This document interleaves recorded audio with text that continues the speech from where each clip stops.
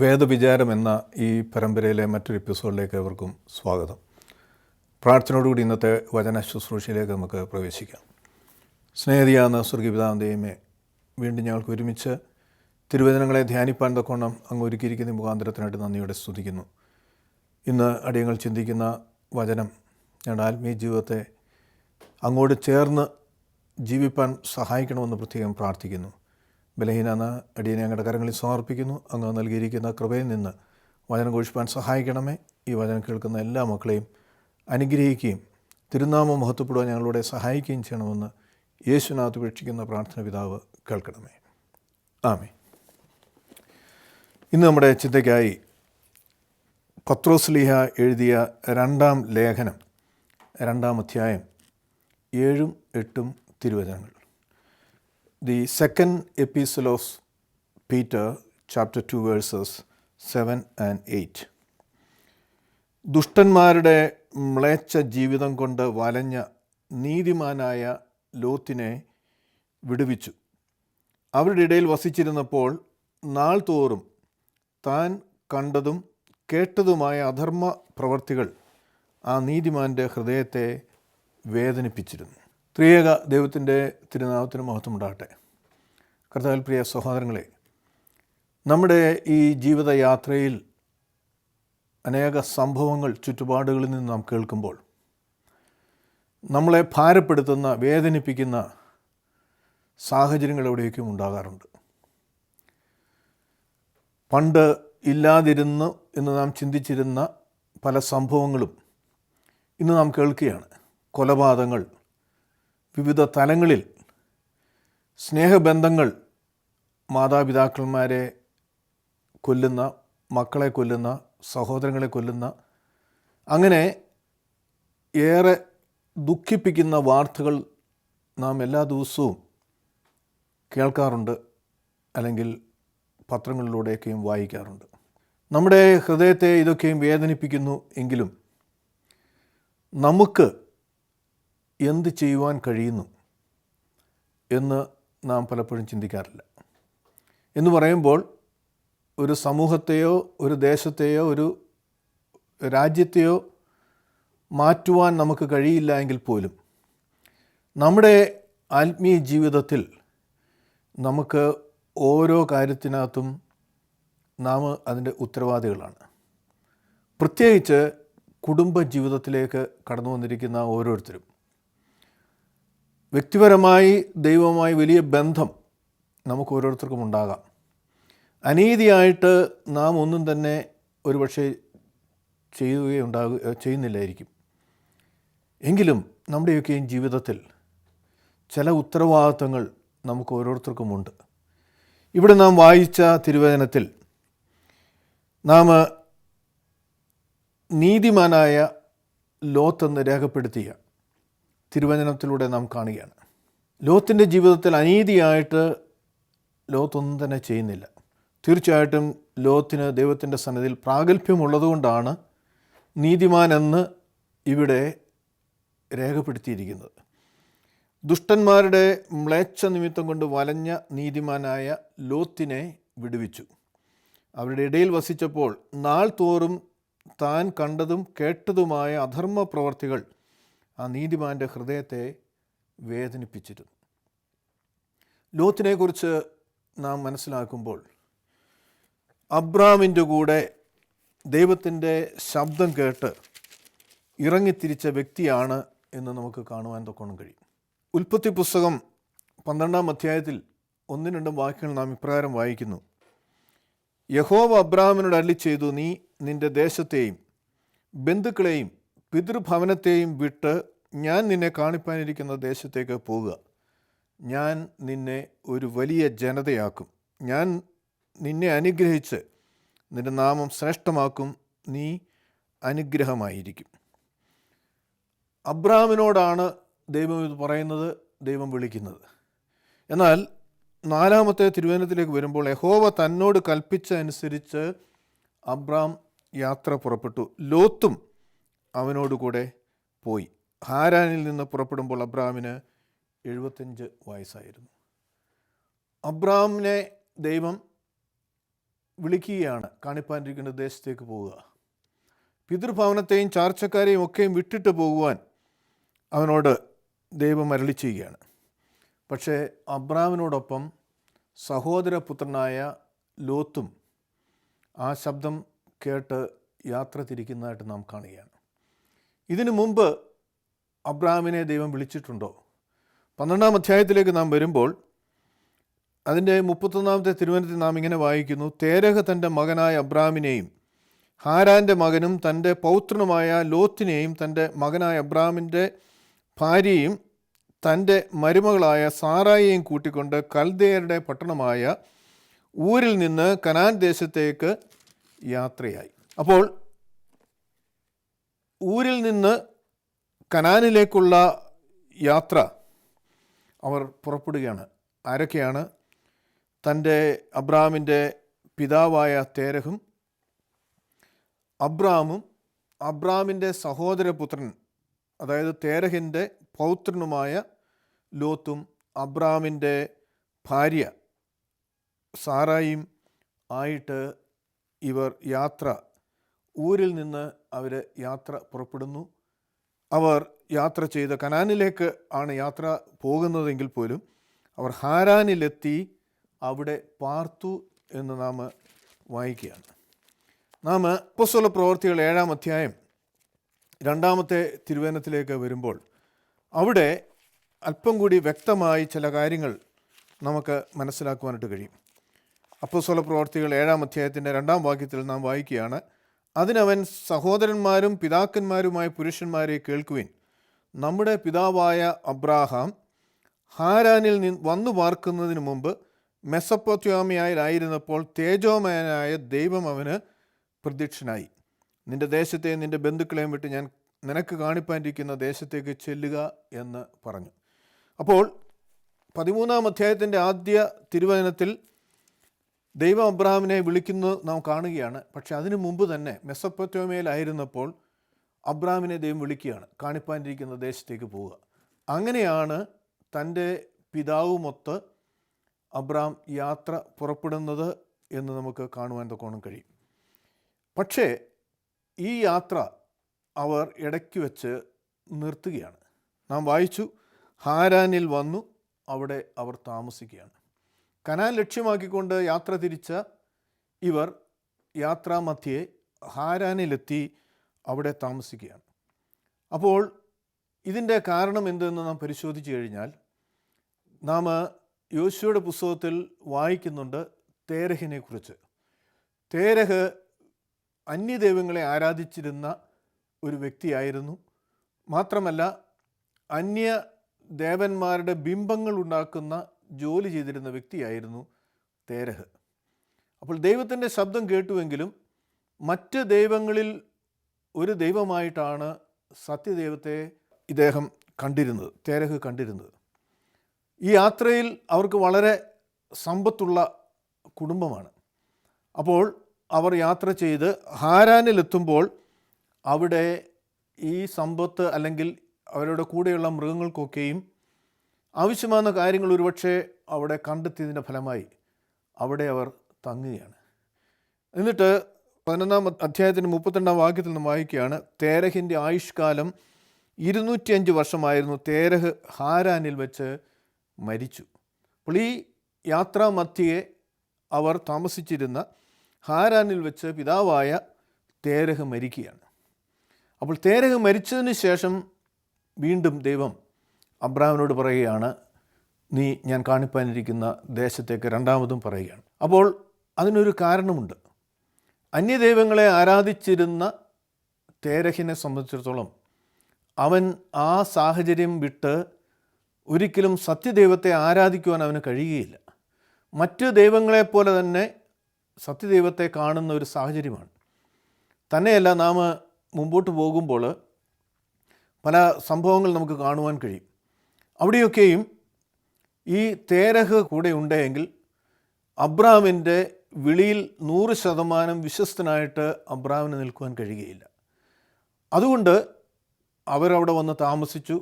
തേരഹിൻ്റെ മരണശേഷം, കാരണം പിതാവിനെ ഉപേക്ഷിച്ചിട്ട് പോവുക എന്ന് പറയുമ്പോൾ അത് ബുദ്ധിമുട്ടാണ്. ദൈവത്തിനത് ഒരിക്കലും പറയുവാനും കഴിയുകയില്ല. കാരണം മക്കൾക്ക്, പ്രത്യേകിച്ച് മൂത്ത മക്കൾക്ക് പിതാക്കന്മാരെ നോക്കുവാനുള്ള ചുമതലയുണ്ട്. മൂത്ത മക്കൾക്കാണ് സ്വത്തിൻ്റെ 2/3 ഭാഗം ലഭ്യമാകുന്നത്. അപ്പോൾ പിതാവിനെ സംരക്ഷിക്കുവാനുള്ള ചുമതല തീർച്ചയായിട്ടും അബ്രാഹാമിനുണ്ട്. അതുകൊണ്ടാണ് അബ്രാഹാമിനോടൊപ്പം തേരഹും ആ യാത്ര ആരംഭിക്കുന്നത്. പക്ഷേ തേരഹ് മരിച്ചതിന് ശേഷം വീണ്ടും ദൈവം അവനോട് അരുളി ചെയ്യുമ്പോൾ അബ്രാഹാമിനോടൊപ്പം യാത്ര പുറപ്പെട്ട മറ്റൊരു വ്യക്തിയാണ് തൻ്റെ സഹോദര പുത്രനായ ലോത്ത്. ലോത്തിൻ്റെ പിതാവ് നാം തിരുവചനം വായിക്കുമ്പോൾ 11-ാം അധ്യായത്തിൻ്റെ 29-ാം വാക്യത്തിൻ്റെ അവസാന ഭാഗം, അവൾ മിൽക്കായുടെയും ഇസ്കായിൻ്റെയും പിതാവായ ഹാരാൻ്റെ മകളായിരുന്നു. 27-ാമത്തെ തിരുവചനത്തിൽ നാം വായിക്കുകയാണ്, കൽദയുടെ പട്ടണമായ ഊരിൽ വെച്ച് ഹാരാൻ മരണമടഞ്ഞു. അപ്പോൾ തേരഹിൻ്റെ മകനായ ഹാരാൻ്റെ മകനാണ് ലോത്ത്, അതായത് അബ്രാഹാമിൻ്റെ സഹോദരപുത്രൻ. അപ്പോൾ പിതാവ് നഷ്ടപ്പെട്ട ഈ മകനെ സംരക്ഷിക്കുവാനുള്ളൊരു ചുമതല അബ്രാഹാമിനുള്ളതുകൊണ്ട് ആ യാത്രയിൽ അവനോടൊപ്പം ലോത്തും കടന്നു പോകുന്നതായിട്ട് നാം കാണുകയാണ്. ദൈവത്തിൻ്റെ ശബ്ദം കേട്ട് യാത്ര തിരിക്കുന്ന 2 വ്യക്തികൾ, അബ്രാമും ലോത്തും. അബ്രാമും തീർച്ചയായിട്ടും അവൻ്റെ ഭാര്യ സാറായും ലോത്തിനെയും നാം കാണുകയാണ്. ഇവർ യാത്ര മുമ്പോട്ട് പോയി. നാം 13-ാം അധ്യായത്തിലേക്ക് വരുമ്പോൾ അവരുടെ സ്വത്തുക്കൾ വളരെയധികം ഉണ്ടായിരുന്നതുകൊണ്ട് അവിടെ ചില പ്രയാസങ്ങൾ ഉണ്ടാകുന്നതായിട്ട് നാം കാണുകയാണ്. 13-ാം അധ്യായത്തിന് 5-ാം വാക്യം, അബ്രാമിനോടൊപ്പം ഉണ്ടായിരുന്ന ലോത്തിനും ആടുമാടുകളും കൂടാരങ്ങളും ഉണ്ടായിരുന്നു. അവർക്ക് ഒരുമിച്ച് പാർക്കുവാൻ വേണ്ട സൗകര്യങ്ങൾ ആ ദേശത്ത് ഇല്ലായിരുന്നു. അവർക്ക് ഒരുമിച്ച് പാർക്കുവാൻ കഴിയാത്ത വിധം അവരുടെ സമ്പത്ത് അത്യധികമായിരുന്നു. അപ്പോൾ അവർ യാത്ര തിരിക്കുക എന്ന് പറയുമ്പോൾ ഒരു ദിവസം കൊണ്ടുള്ള യാത്രയല്ല. ദിവസങ്ങൾ, ഒരുപക്ഷെ മാസങ്ങളോ വർഷങ്ങളോ നീണ്ട യാത്രയാകാം. അപ്പോൾ ഇവരുടെ കൂടെ ഉണ്ടായിരുന്ന മൃഗങ്ങളൊക്കെയും വർദ്ധിച്ചു വരികയാണ്. അത് നാം വായിക്കുകയാണ്. കാരണം ഇവർ ഒരുമിച്ച് ഒരു ദേശത്ത് പാർത്തിരുന്നതായി നാം വായിച്ചു. എന്നാൽ യാത്ര മുമ്പോട്ട് പോകുമ്പോൾ ഇവരുടെ സമ്പത്ത് അധികമായിട്ട് വർദ്ധിക്കുകയാണ്. ഈ സമ്പത്ത് അധികമായി വർദ്ധിച്ചു കഴിയുമ്പോൾ നാം കാണുകയാണ്, 7-ാം വാക്യത്തിൽ വായിക്കുന്നു, അബ്രാഹാമിൻ്റെ കന്നുകാലികളുടെ ഇടയന്മാരും ലോത്തിൻ്റെ കന്നുകാലികളുടെ ഇടയന്മാരും തമ്മിൽ കലഹമുണ്ടായി. അക്കാലത്ത് ആ ദേശത്ത് കനാന്യരും പെരീസ്യരും പാർത്തിരുന്നു. അതുകൊണ്ട് അബ്രാഹാം ലോത്തിനോട്, നീയും ഞാനും തമ്മിലോ നിൻ്റെയും എൻ്റെയും ഇടയന്മാർ തമ്മിലോ ഒരു കലഹമുണ്ടാകരുത്. എന്തെന്നാൽ നാം സഹോദരന്മാരാണ്. ദേശമെല്ലാം നിൻ്റെ മുമ്പാകില്ലയോ, നമുക്ക് പരസ്പരം വേർപിരിയാം. നീ ഇടത്തോട്ട് പോകുന്നുവെങ്കിൽ ഞാൻ വലതോട്ട് പോയിക്കൊള്ളാം, നീ വലതോട്ട് പോകുന്നുവെങ്കിൽ ഞാൻ ഇടത്തോട്ട് പോയിക്കൊള്ളാം എന്ന് പറഞ്ഞു. അപ്പോൾ ഈ ഒരു പ്രയാസം അവരുടെ ജീവിതത്തിൽ കടന്നു വന്നപ്പോൾ അത് ഒരു വലിയ പ്രശ്നത്തിലേക്ക് വരാതെ അതിനൊരു പോംവഴിയായി അബ്രാം ലോത്തിനോട് പറയുകയാണ്, നാം തമ്മിൽ വേർപിരിയാം. എന്നിട്ട് നിനക്കിഷ്ടമുള്ള സ്ഥലം നീ എടുത്തുകൊള്ളുക. നീ വലതോട്ടാണ് പോകുന്നതെങ്കിൽ ഞാൻ ഇടത്തോട്ട് പോയിക്കൊള്ളാം, അല്ല നീ ഇടത്തോട്ടാണ് പോകുന്നതെങ്കിൽ ഞാൻ വലത്തോട്ട് പോയിക്കൊള്ളുക. നിനക്കിഷ്ടമുള്ളത് നീ തിരഞ്ഞെടുക്കുവാൻ ഉള്ള ഒരു ചോയ്സ് ലോത്തിന് അബ്രഹാം നൽകിയാണ്. അപ്പോൾ 10-ാം വാക്യത്തിൽ നാം വായിക്കുകയാണ്, ലോത്ത് ദൃഷ്ടികൾ ഉയർത്തി നോക്കിയപ്പോൾ യോർദാൻ സമഭൂമി മുഴുവനും ജലസമൃദ്ധിയുള്ളതെന്ന് കണ്ടു. യഹോവ സോദോമിനെയും ഗൊമേരയെയും നശിപ്പിക്കുന്നതിന് മുമ്പ് ആ പ്രദേശം യഹോവയുടെ തോട്ടം പോലെയും സോവർ വരെയുള്ള മിസ്രൈം ദേശം പോലെയും ആയിരുന്നു. ലോത്ത് യോർദാൻ സമഭൂമി മുഴുവനും തനിക്കായി തിരഞ്ഞെടുത്ത് കിഴക്കോട്ട് യാത്രയായി അവർ തമ്മിൽ പിരിഞ്ഞു. ഈ അഭിപ്രായം അബ്രഹാം പറഞ്ഞപ്പോൾ കേട്ടവാദി കേൾക്കാത്ത വാദി ഏറ്റവും ഫലഭൂയിഷ്ടമായിട്ടുള്ള സ്ഥലം തിരഞ്ഞെടുത്ത് ലോത്ത് അബ്രഹാമിനെ വേർപിരിയുന്നതായിട്ടാണ് നാം അവിടെ വായിക്കുന്നത്. എന്ന് പറയുമ്പോൾ ലോത്ത് തിരഞ്ഞെടുത്തത് കഴിഞ്ഞതിന് ശേഷം ബാക്കിയുള്ളത് മാത്രമേ അബ്രഹാമിനുള്ളൂ. അപ്പോൾ ലൗകികമായ ഒരു തിരഞ്ഞെടുപ്പ് അവിടെ നടക്കുമ്പോൾ തൻ്റെ കൂടെ തന്നെ സംരക്ഷിച്ച് തന്നോട് കൂടെ വന്നിരുന്ന തൻ്റെ പിതൃ സഹോദരനായ ദൈവത്തിൻ്റെ ശബ്ദം കേട്ടിരുന്ന അബ്രഹാമിനെ മാനിക്കുന്നതിന് പകരം ലോത്തിന് പറയാൻ വേണമെങ്കിൽ, അങ്ങനെയല്ലോ പിതാവേ, അങ്ങ് തിരഞ്ഞെടുത്തായിട്ട് ഞാൻ അതിന് ശേഷം തിരഞ്ഞെടുത്തുകൊള്ളാം. അബ്രഹാം ഇത് പറയുമ്പോൾ ലോത്തത് തിരഞ്ഞെടുത്ത് ലോകത്തിൻ്റെ മോഹം അവൻ്റെ ജീവിതത്തെ കീഴ്പ്പെടുത്തുന്നതായിട്ട് നാം കാണുകയാണ്. ആ തിരഞ്ഞെടുപ്പ് അവൻ്റെ ജീവിതത്തിൽ വരുത്തിവെച്ച വിനകളാണ് പിന്നീട് തിരുവചനത്തിലൊക്കെ നമുക്ക് കാണുവാൻ തക്കോണം കഴിയുന്നത്.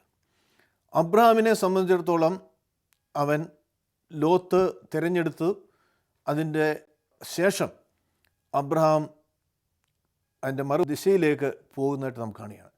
തുടർന്ന് മുമ്പോട്ട് നാം വായിക്കുമ്പോൾ ലോത്തിൻ്റെ സകലതും നഷ്ടപ്പെടുന്ന ഒരു സാഹചര്യം 14-ാം അധ്യായത്തിൽ നാം വായിക്കുകയാണ്.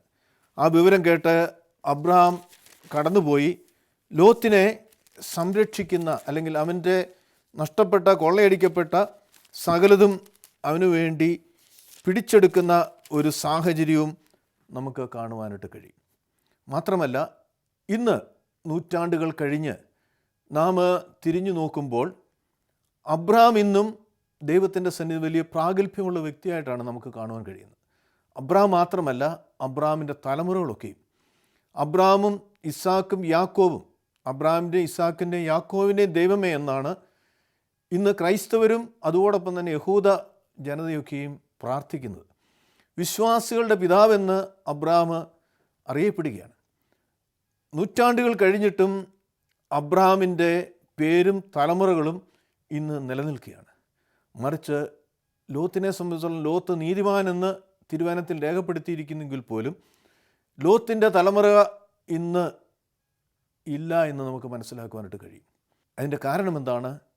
ഒരു തെരഞ്ഞെടുപ്പ് അവൻ നടത്തിയെങ്കിൽ ആ തെരഞ്ഞെടുപ്പ് ദൈവഹിതമല്ലായിരുന്നു. അത് അവൻ്റേതാകുന്ന അഭിവൃദ്ധിക്ക് വേണ്ടി, അനുഗ്രഹത്തിനു വേണ്ടി തൻ്റെ പിതൃ സഹോദരനെ മാനിക്കുന്ന രീതിയിൽ ചെയ്യാതെ ഉള്ള ഒരു തെരഞ്ഞെടുപ്പ് ലോത്ത് നടത്തുന്നതായിട്ട് നമുക്ക് കാണുവാനായിട്ട് കഴിയും. നാം തിരുവചനം വായിക്കുമ്പോൾ 13-ാം അധ്യായത്തിൽ നാം കാണുകയാണ്. 13-ാം അധ്യായത്തിൻ്റെ 14-ാം വാക്യം, ലോത്ത് അബ്രഹാമിനെ വിട്ടുപിരിഞ്ഞ ശേഷം യഹോവ അബ്രഹാമിനോട് അരുളിച്ചെയ്തു, നീ ഇരിക്കുന്ന സ്ഥലത്ത് നിന്ന് നിൻ്റെ ദൃഷ്ടികൾ ഉയർത്തി വടക്കോട്ടും തെക്കോട്ടും കിഴക്കോട്ടും പടിഞ്ഞാറോട്ടും നോക്കുക.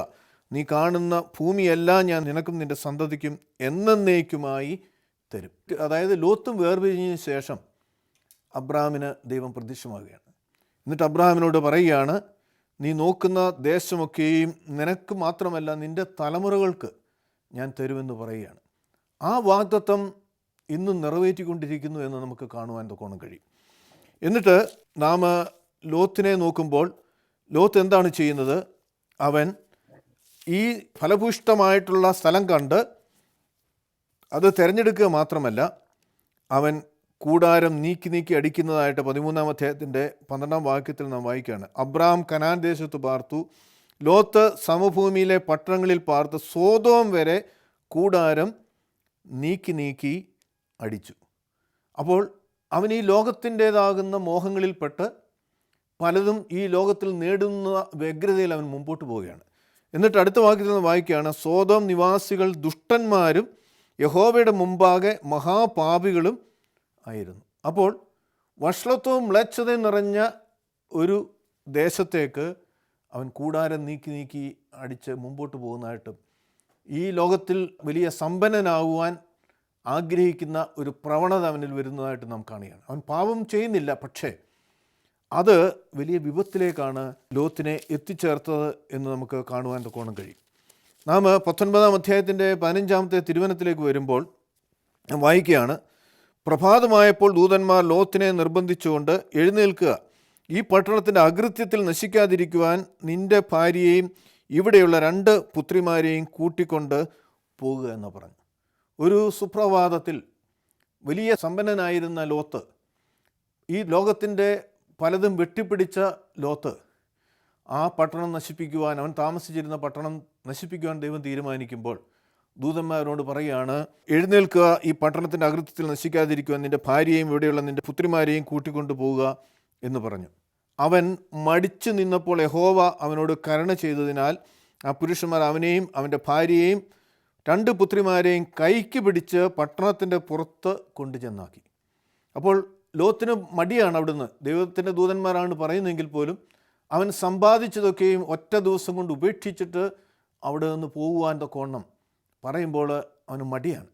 അതുകൊണ്ട് ദൈവത്തിൻ്റെ കരുണ അവൻ്റെ മേലുണ്ടായിരുന്നതിനാൽ നിർബന്ധിച്ച് അവർ ഭാര്യയെയും 2 പുത്രിമാരെയും കൈക്ക് പിടിച്ച് പട്ടണത്തിന് പുറത്ത് കൊണ്ടുവന്നാക്കുന്നതായിട്ട് നാം കാണുകയാണ്. അപ്പോൾ ഒറ്റ ദിവസം കൊണ്ട് ഈ ലോകത്ത് അവൻ നേടിയത് മുഴുവൻ നഷ്ടപ്പെടുന്ന ഒരു സാഹചര്യം നമുക്കവിടെ കാണുവാൻ കഴിയും.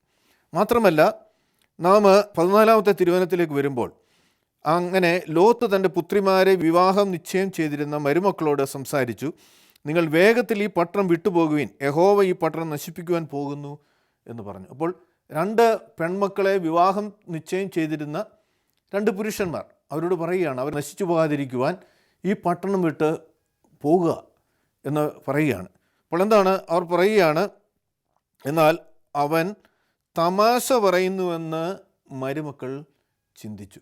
അവർ വിവാഹം കഴിക്കുവാൻ പോകുന്ന ഈ പെൺമക്കളുടെ പിതാവ് പറയുമ്പോൾ അത് ഗൗരവമായിട്ട് എടുക്കാതെ അവരും ആ സോദോം ഗൊമേറ നശിപ്പിക്കുമ്പോൾ നശിച്ചു പോകുന്നതായിട്ട് നാം കാണുകയാണ്. കാരണം ലോത്തിനെയും ഭാര്യയെയും 2 പെൺമക്കളെയും മാത്രമാണ് ദൂതന്മാർ അവിടെ നിന്ന് രക്ഷിക്കുന്നത്. മരുമക്കൾ എന്നേക്കുമായിട്ട് അവിടെ നഷ്ടപ്പെടുന്ന ഒരു സാഹചര്യം. അപ്പോൾ ലോത്തിൻ്റെ സമ്പത്ത് മുഴുവൻ നഷ്ടപ്പെട്ടു. ലോത്തിൻ്റെ മക്കൾക്ക് ഭർത്താക്കന്മാരായി വിവാഹം നിശ്ചയം ചെയ്തിരുന്ന പുരുഷന്മാരും അവിടെ നശിപ്പിക്കപ്പെടുകയാണ്. ഇനി മുമ്പോട്ട് നാം പോകുമ്പോൾ വീണ്ടും നാം കാണുകയാണ് 19-ാം അധ്യായത്തിൻ്റെ 26-ാമത്തെ തിരുവചനം. എന്നാൽ ലോത്തിൻ്റെ പിന്നിലായിരുന്ന അവൻ്റെ ഭാര്യ പിന്നിലേക്ക് നോക്കി, അവൾ ഉപ്പുതൂണായി തീർന്നു. അപ്പോൾ ദൈവത്തിൻ്റെ ദൂതന്മാർ പറഞ്ഞവരോട്, ഈ വേഗത്തിൽ നിങ്ങൾ ഓടിപ്പോകുക, മാത്രമല്ല പുറകോട്ട് തിരിഞ്ഞു നോക്കരുത് എന്നുകൂടി അവരോട് കൽപ്പിക്കുകയാണ്. പക്ഷേ ലോത്തിൻ്റെ ഭാര്യ പിറകോട്ട് നോക്കുകയാണ്. കാരണം സകല സ്വത്തുക്കളും മരുമക്കളുമൊക്കെയും ഉള്ളൊരു ദേശമാണ് വിട്ടിട്ട് പോകുന്നത്. അപ്പോൾ ആ ലോകത്തോടുള്ള മോഹം, ആ തിരിഞ്ഞു നോട്ടം, അതുമൂലം അവൾ ഉപ്പു തൂണായി തീരുന്നതായിട്ട് നാം കാണുകയാണ്. അപ്പോൾ മക്കളെ വിവാഹം നിശ്ചയം ചെയ്തിരുന്ന 2 ആണുങ്ങളും സ്വന്തം ഭാര്യയെയും ലോത്തിന് നഷ്ടപ്പെടുകയാണ്. ഇനിയും മുമ്പോട്ട് നാം പോകുമ്പോൾ 30 മുതൽ 38 വരെയുള്ള തിരുവചനം വായിക്കുമ്പോൾ ലോത്തിൻ്റെ ജീവിതത്തിൽ അവൻ്റെ ബാക്കി ഉണ്ടായിരുന്നൊക്കെ നഷ്ടപ്പെടുത്തുന്ന ഒരു സാഹചര്യം അവിടെ സംജാതമാകുകയാണ്. ലോത്തിനെയും തൻ്റെ പെൺമക്കളെയും അവിടെ നിന്ന് രക്ഷിച്ചു. പക്ഷേ 30 മുതലുള്ള തിരുവചനം നാം വായിക്കുമ്പോൾ, അനന്തരം ലോത്തും അവൻ്റെ 2 പുത്രിമാരും സോവർ വിട്ട് പർവ്വതത്തിൽ ചെന്ന് പാർത്തു. സോവരിൽ പാർക്കുവാൻ അവർക്ക് ഭയമായിരുന്നു. അവനും 2 പുത്രിമാരും ഒരു ഗുഹയിൽ പാർത്തു. അങ്ങനെയിരിക്കെ മൂത്ത മകൾ ഇളയവളോട്, നമ്മുടെ അപ്പൻ വൃദ്ധനായിരിക്കുന്നു, ഭൂമിയിലെ പതിവനുസരിച്ച് നമ്മുടെ അടുക്കൽ വരുവാൻ ഭൂമിയിലെങ്ങും ഒരു പുരുഷനുമില്ലല്ലോ. ആകയാൽ വരിക, നമുക്ക് അപ്പനെ വീഞ്ഞു കുടിപ്പിച്ച് അവനോടുകൂടെ ശയിച്ച് അപ്പനിലൂടെ സന്താന പരമ്പര നിലനിർത്താമെന്ന് പറഞ്ഞു. അന്ന് രാത്രിയിൽ അവർ പിതാവിനെ വീഞ്ഞു കുടിപ്പിച്ചു. മൂത്ത മകളകത്ത് ചെന്ന് പിതാവിനോടുകൂടെ ശയിച്ചു. അവൾ വന്നു കിടന്നതോ എഴുന്നേറ്റ് പോയതോ അവൻ അറിഞ്ഞില്ല. അടുത്ത ദിവസം മൂത്ത മകൾ ഇളയവളോട്, ഇന്നലെ രാത്രി ഞാൻ അപ്പനോടുകൂടെ ശയിച്ചു. നാം ഈ രാത്രിയിലും അവനെ വീഞ്ഞു കുടിപ്പിക്കുക. അപ്പനിൽ നിന്ന് സന്തതിയെ ലഭിക്കേണ്ടതിന് നീയും അകത്ത് ചെന്ന് അവനോടുകൂടെ ശയിക്കുക എന്ന് പറഞ്ഞു. അങ്ങനെ അന്ന് രാത്രിയിലും അവർ പിതാവിനെ വീഞ്ഞു കുടിപ്പിച്ചു. ഇളയ മകൾ ചെന്ന് അവനോടുകൂടെ ശയിച്ചു. അവൾ ശയിച്ചതും എഴുന്നേറ്റതും അവൻ അറിഞ്ഞില്ല. ഇങ്ങനെ ലോത്തിൻ്റെ 2 പുത്രിമാരും പിതാവിൽ നിന്ന് ഗർഭം ധരിച്ചു. മൂത്ത മകൾ ഒരു മകനെ പ്രസവിച്ചു. അവന് മൊവാബ് എന്ന് പേരിട്ടു. അവൻ്റെ ഇന്നത്തെ മൊവാബിയരുടെ പിതാവ് അവനാകുന്നു. ഇളയവളും ഒരു മകനെ പ്രസവിച്ചു. അവന് ബെൻ അമ്മി എന്ന് പേരിട്ടു. ഇങ്ങനെ അമ്മോന്യരുടെ പിതാവ് അവനാകുന്നു. അപ്പോൾ 2 ജനത പിതാവിലൂടെ ഈ പെൺമക്കൾക്ക് ഉണ്ടാകുകയാണ്. 2 ജനതകൾ. അത് തീർച്ചയായിട്ടും തിരുവചനം നാം പഠിക്കുമ്പോൾ ഏറെ പാപകരമാകുന്നൊരു കർമ്മത്തിലാണ് അവർ ഏർപ്പെടുന്നത്.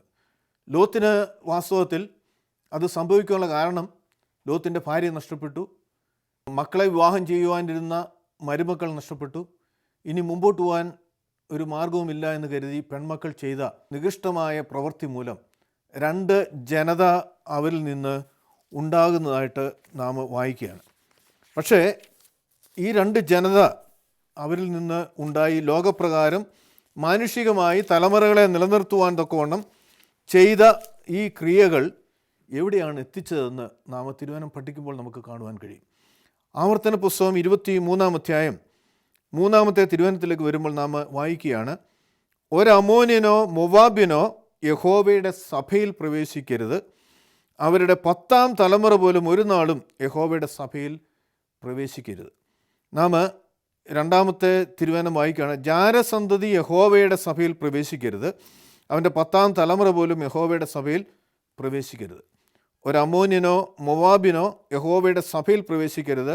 അവരുടെ 10-ാം തലമുറ പോലും ഒരു നാളും യഹോവയുടെ സഭയിൽ പ്രവേശിക്കരുത് എന്ന് പറയുമ്പോൾ ദൈവത്തിൻ്റെ സന്നിധി നിൽക്കുവാൻ പോലും യോഗ്യതയില്ലാത്ത 2 ജനതകൾ ഈ പെൺമക്കളിലൂടെ ഉണ്ടാകുകയാണ്. അമ്മോന്യരും മൊവാബ്യരുമായിട്ടുള്ള 2 ജനത ദൈവത്തിൻ്റെ സഭയിൽ നിൽക്കരുതെന്ന് മാത്രമല്ല 10 തലമുറകൾ പോലും നിൽക്കരുതെന്ന് ദൈവം കൽപ്പിക്കുകയാണ്. കർത്താവിൽ പ്രിയ സഹോദരങ്ങളെ, ലോകത്തിൻ്റെ മോഹത്താലുള്ള അല്ലെങ്കിൽ ആകർഷണം മൂലമുണ്ടായ അവസ്ഥയാണ് നാം ഇവിടെ കാണുന്നത്. ലോത്തിൻ്റെ ജീവിതത്തിൽ ലോത്തിൻ്റെ തലമുറകൾ നഷ്ടപ്പെടുന്ന, ദൈവത്തിൻ്റെ സന്നിധിയിൽ നിന്ന് നീക്കപ്പെടുന്ന ഒരു സാഹചര്യം, അതിൻ്റെ പ്രാരംഭം എവിടെയാണ്? ദൈവത്തിൻ്റെ വിളി കേട്ട് അബ്രാമിനോടൊപ്പം യാത്ര തിരിച്ച ലോത്ത് അബ്രാമിനോടൊപ്പം പറ്റി നിന്നിരുന്നുവെങ്കിൽ തീർച്ചയായിട്ടും ഇങ്ങനൊരവസ്ഥയിൽ അവൻ എത്തുകയില്ലായിരുന്നു. മറിച്ച് അബ്രാമിനെ നാം കാണുകയാണ്. തുടർന്നും ദൈവശബ്ദം അബ്രാം കേൾക്കുകയാണ്. ജീവിതത്തിൽ വീഴ്ചകൾ ഒരുപക്ഷെ വന്നു പോയിട്ടുണ്ടെങ്കിൽ പോലും അവിടെയൊക്കെയും അത് തിരുത്തി മുമ്പോട്ട് പോയതിൻ്റെ ഫലമായി ഇന്ന് വിശ്വാസികളുടെ പിതാവെന്നറിയുവാൻ അബ്രാമിന് സാധിച്ചുവെങ്കിൽ ലോത്തിൻ്റെ തലമുറകൾ എന്നേക്കുമായി നഷ്ടപ്പെട്ടു പോകുന്ന ഒരു സാഹചര്യം നാം ഇവിടെ തിരുവചനത്തോടെ കാണുകയാണ്. അതുകൊണ്ട് നമ്മുടെ ആത്മീയ ജീവിതത്തിൽ നമ്മെ വേദനിപ്പിക്കുന്ന സംഭവങ്ങൾ നമ്മുടെ ചുറ്റുപാടും ഉണ്ടാകുന്നുവെങ്കിൽ അത് നമ്മെയും അതിലേക്ക് വലിച്ചു കൊണ്ടുപോകാനുള്ള സാഹചര്യമുണ്ടോ എന്ന് നാം ഇപ്പോഴും പരിശോധിക്കണം. നമ്മുടെ ജീവിതം മറ്റുള്ളവർക്ക് കൂടി മാതൃകയായി മറ്റുള്ളവരെയും കർത്താവിന് വേണ്ടി നേടുവാൻ നമുക്ക് കഴിയണം. ലോകത്തിനത് സാധ്യമായില്ല. അപ്രകാരം നമ്മുടെ ആത്മീയ ജീവിതത്തെ നമുക്ക് ക്രമപ്പെടുത്താം. ദൈവത്തിൻ്റെ അനുഗ്രഹങ്ങൾ പ്രാപിച്ചുകൊണ്ട് മുമ്പോട്ട് പോകാൻ ഈ കേട്ട വചനം നമ്മെ ഓരോരുത്തരെയും സഹായിക്കട്ടെ. ദൈവം നമ്മെ അനുഗ്രഹിക്കട്ടെ.